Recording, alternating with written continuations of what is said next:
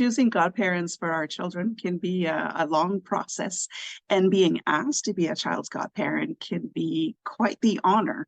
So how does that change now with today's culture? This is what we're going to talk about today. For those who don't know me, my name is Danielle C. Baker. I am the founder and CEO of Being Connected, and I'm also a registered early childhood educator with over 20 years of experience in the field. I help parents, teachers, and educators navigate the realities of what parenting is today. But don't get it twisted. When you work with me, we're putting the child's needs first. So we're going to have to put the ego and pride aside, and let's get to it.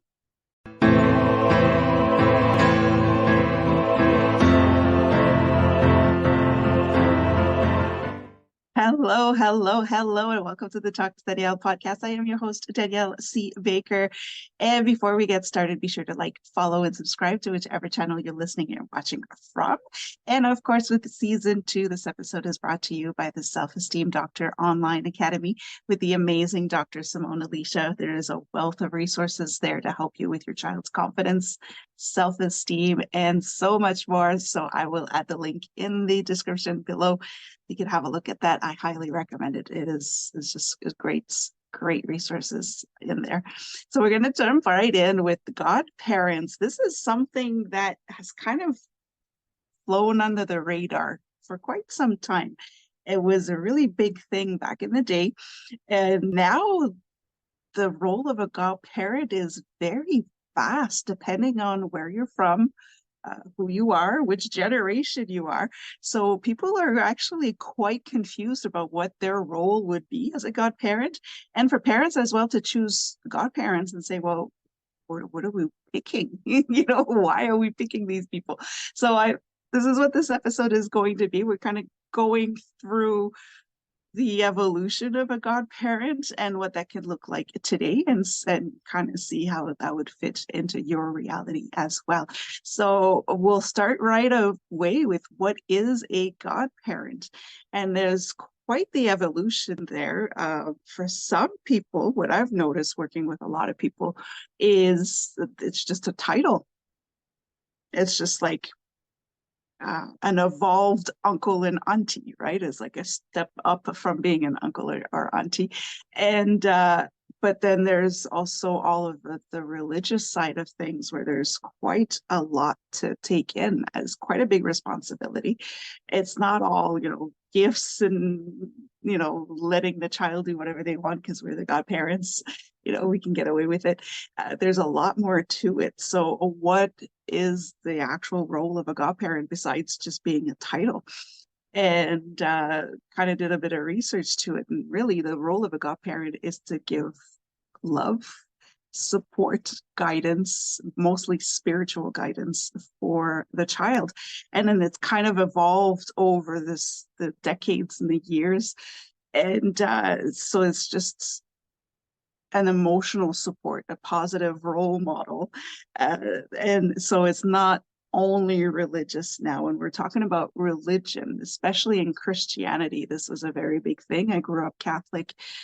So the godparents had a major role in it. And in fact, old traditions was the child would take on the godparent's name as well. So it was kind of in the name there, so people knew where the child was supposed to go. But on the religious side of things, especially with Christianity, it was more like a sponsor for the baptism, kind of like a witness to it. There's spiritual formation, I guess I could say, in terms of educating the child in their religion. So it was kind of like a teacher and a mentor when it came to Christianity. There's also legal obligations where if the parents were not able to perform their parental duties, whether through sickness, health, anything else, or if they passed on, then it was the godparents that would take over the child legally. They would become the legal guardian. So that was quite a burden to choose godparents, and it still is for those who follow the traditions, to find the right godparents. And if you have more than one child, if we are going to pass on, do we split the children? Do we keep them together? Can we burden a person with multiple children? So quite a bit to unpack there, but there's also a cultural side of things, not just religious, but cultural. And in a lot of cultures, you will see that there's a role of a mentor, a role model, a guide. Um, it's also somebody that kind of, again, teacher, mentor about the culture and the family traditions and the giving the sense of community. So it was just beyond the religious beliefs, but now we're integrating the child into society, into family traditions, into cultural values. And it was the godparents' job to support the parents with that as well. So in other cultures, that would the kind of duties that would be non-religious as we moved away from the religious traditions. Then we're looking at people that are also responsible for the child's health and the parents' health, because you need to make sure that the parents are healthy, that they can take care of their children properly, right? You are kind of the last resort in case the parents are not able, but yeah, you want to make sure that the parents are okay. You want to make sure that the child is okay. Again, that positive role model, right? So if you're going for just the title, you may not have the best of the positive role models as a godparent, but that's usually what people will go for. Somebody that is set, that has their life together and that will be able to take on the responsibilities that comes with a child. We also have somebody, for some, godparents are in charge of the celebrations, right? Like I was saying, it's like the glorified auntie and uncle that will bring the great gifts and will take care of the parties and the christenings and the baptisms and all of the other celebrations that can happen depending on your culture and where you are.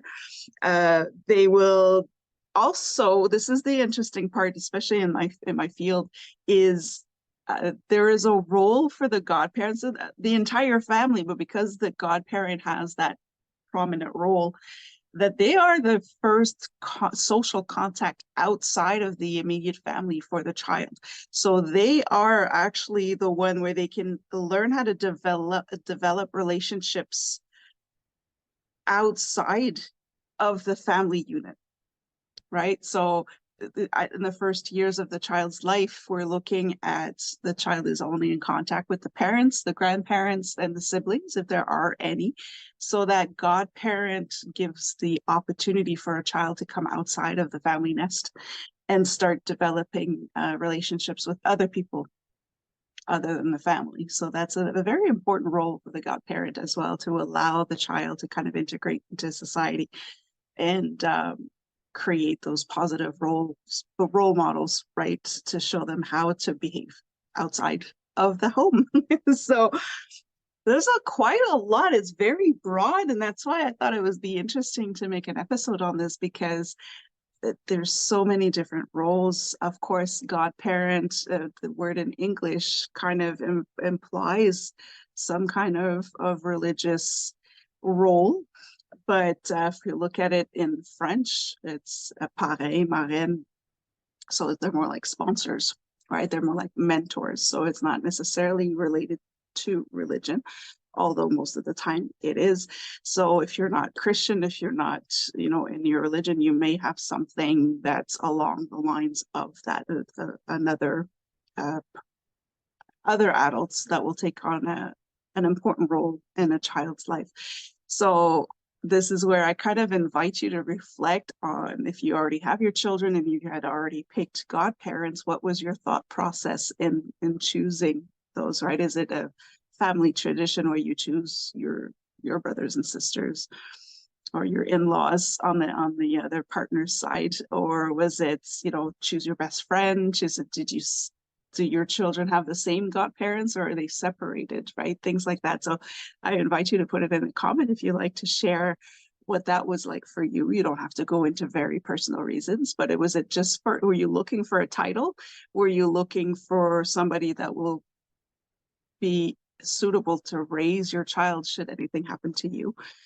Were you looking for that support in educating the child in their religious traditions and the family traditions in the community? traditions. So it's very interesting. And for new parents, I invite you to think, what are you looking for in a godparent? Right? Sometimes we don't give it much thought. We don't want to upset anybody, so we'll choose just people because that's what everybody would tell you would be the best fit. But in the modern day now, where you create your own family, right? It's no longer just biological. You can create your own family, you create your own community. You have more freedom in choosing who the godparents would be for your children. So what would that look like for you? Are you looking for somebody that will just be, the one taking care of all the birthday parties and, all the great gifts, and then somebody you could just drop off when you're going on a date night, or, if you're going on vacation, is somebody you can trust? Is it family for you, or is it friends? That would be the best. Start opening up that dialogue when you're planning on having children. What would that look like? Do you even want godparents? Do you really need them in your reality? And I would like to, if you could share that with us. Again, you don't need to get all personal, but just to kind of have a feel of what that role is now. Is it something that's kind of being lost in the shuffle? Or is it something that people are still really holding on to? It's kind of, it goes either way now when you look and you do a bit more research on it. It really is open. So that's why I find it so interesting that we can redefine what a godparent is. Give them a new role to fit the reality of today's world. Give it a new role that will better support your child, right?